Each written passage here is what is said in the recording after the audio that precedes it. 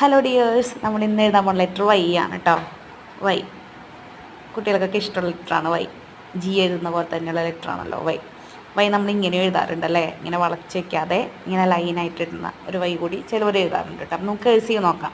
Cursive എഴുതുമ്പോൾ നമ്മൾ സിയും എയും ഒക്കെ എഴുതാൻ തുടങ്ങുന്ന പോലെ തന്നെ ഒരു കുഞ്ഞ് ലൈനിൽ സ്റ്റാർട്ട് ചെയ്ത് മുകളിൽ പോയിട്ട് നേരെ വൈ എഴുതി അതിൻ്റെ ജോയിനിങ് ലൈൻ ഇങ്ങനെ മുകളിലേക്ക് ആക്കി വെക്കും കേട്ടോ. അപ്പോൾ അങ്ങനെയാണ് വൈ എഴുതാൻ. ഒന്നുകൂടി നോക്കുക.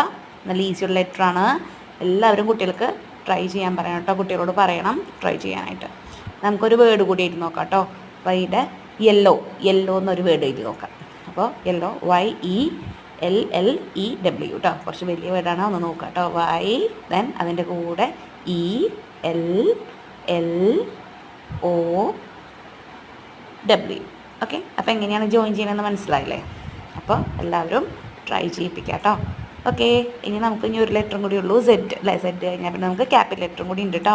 ഓക്കെ, അപ്പോൾ നമുക്ക് കഴ്സീവിൻ്റെ ബുക്കിൽ എങ്ങനെയാണ് വൈ എന്നുള്ളതും കൂടി ഒന്ന് നോക്കിക്കോളൂ. ഇങ്ങനെ വൈ. ഓക്കെ, അപ്പോൾ ട്രൈ ചെയ്ത് നോക്കൂ.